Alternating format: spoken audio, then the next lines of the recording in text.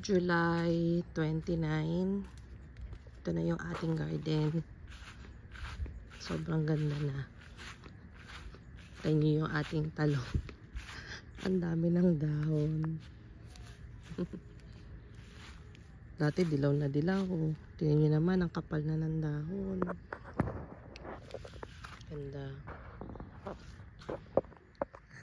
Yan.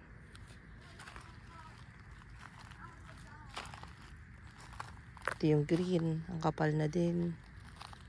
Tapos madami na talaga siyang bulaklak. Pero wala pa ako nakikitang bunga. More on bulaklak pa lang talaga din. Yan. Tapos yung talong natin doon, meron din. Nakabawi na din sila. Ito o, tinan nyo. Kabawi na. Ito yung ating mustasa. Ang daming butas-butas kasi walang spray yan eh. Lettuce, ang kapal na. Arugula. Ito yung ating dill. Makapal na rin. Kaso itong ating basil natatakloban kasi. Aanihin ko yan mamaya. Para maarawan din yung basil. Tapos yung ating sili. Ayan. Ay, baba tayo. May bunga na din siya. Ayun. Ayan. Tapos meron pa dito yung shishito pepper. Ito. Ito yung shishito pepper. Yeah. Ito pa. Ito yung natin. Lumaki-laki pa sila. Tsaka yung lumaki yung bunga. Bell pepper. Sa mga flowers doon. Ayun yung sweet peas. Hinayaan ko na siyang mag-bud. Para masave ko yung mga buto. Ito na namalaklak ng escabiosa. Cosmos. Daylilies. Ayun, napunghanan ko na yung feverfew ng isang araw.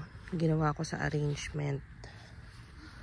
Flower arrangement. Itong kamatis natin, oh, ang taas na rin. Pinalagyan natin ng balag dito sa taas. Para pag tumaas na sila, may kakapitan sila doon.